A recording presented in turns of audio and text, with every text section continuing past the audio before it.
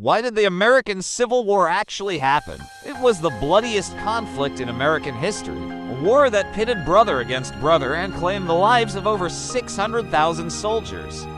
But the question of why it actually happened is one that has been debated for over 160 years, too. Understand the Civil War, you have to understand that by the mid-19th century, the North and the South had developed into two fundamentally different societies. They were like two different countries sharing the same land. The North was rapidly industrializing, cities boomed, factories sprang up, and railroads connected the landscape. It was a world of free labor, fueled by immigrants working for wages in a growing capitalist economy.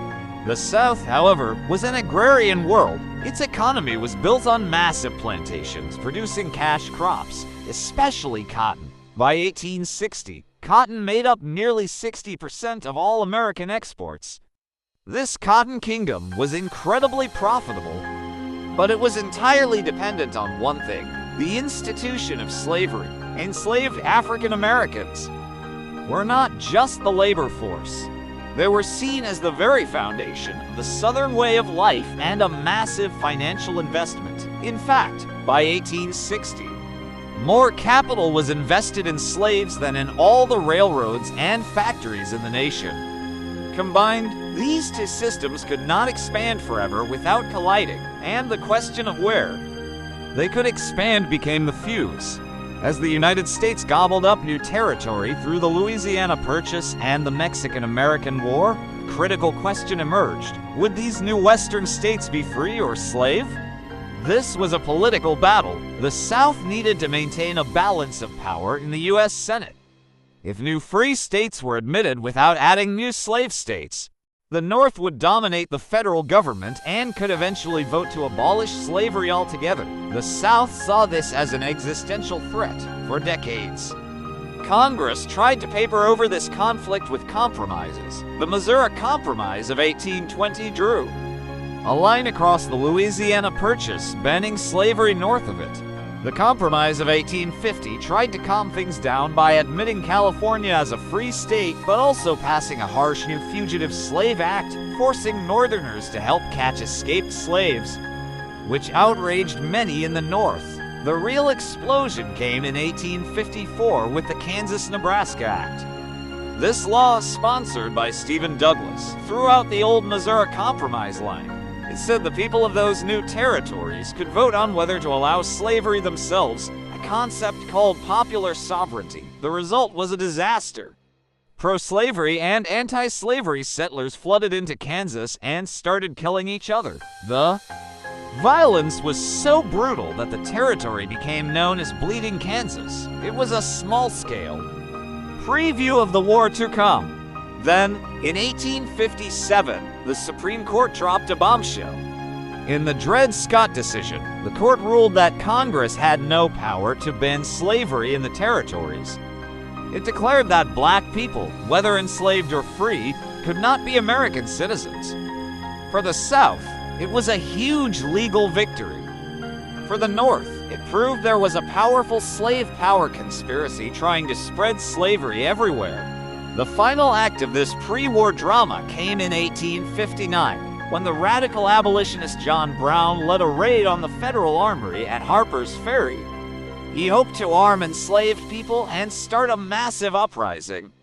He failed and was hanged, but for the South, he was proof that the entire North wanted to destroy their way of life with violence.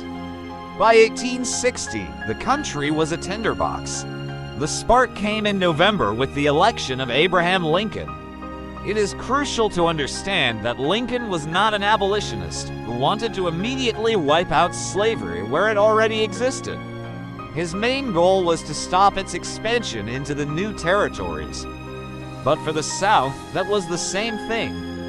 They believed that if slavery couldn't expand, it would eventually die.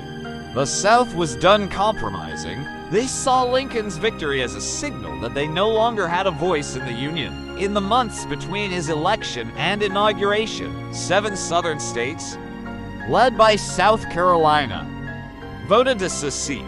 They formed the Confederate States of America in their own declarations of secession, they were remarkably clear about why. As one declaration put it, the South's position was thoroughly identified with the institution of slavery. They left the Union to preserve it. President Lincoln refused to recognize the Confederacy. He believed he was sworn to preserve the Union. The immediate flashpoint was Fort Sumter, a federal fort in the harbor of Charleston, South Carolina. When Lincoln tried to send unarmed supply ships to the fort, the Confederates saw it as an act of aggression. On the morning of April 12, 1861, Confederate cannons opened fire. The Civil War had begun. In response, Lincoln called for volunteers to put down the rebellion, and for more states from the Upper South seceded to join the Confederacy. So, why did the American Civil War actually happen? While there were economic differences and debates over the power of the federal government, these were symptoms of the one central, irreconcilable issue: slavery. It was the reason for the sectional tension. It was the foundation of the states' rights arguments. It was the fear that drove the South to secede. And it was the moral outrage that made secession unacceptable to the North. The war that followed would answer the question of slavery and union with fire and blood, forever reshaping the nation. Thanks for watching. Please support us by subscribing to this channel. And let us know in the comments, what do you think was the most important event that led to the war? We'll see you next time.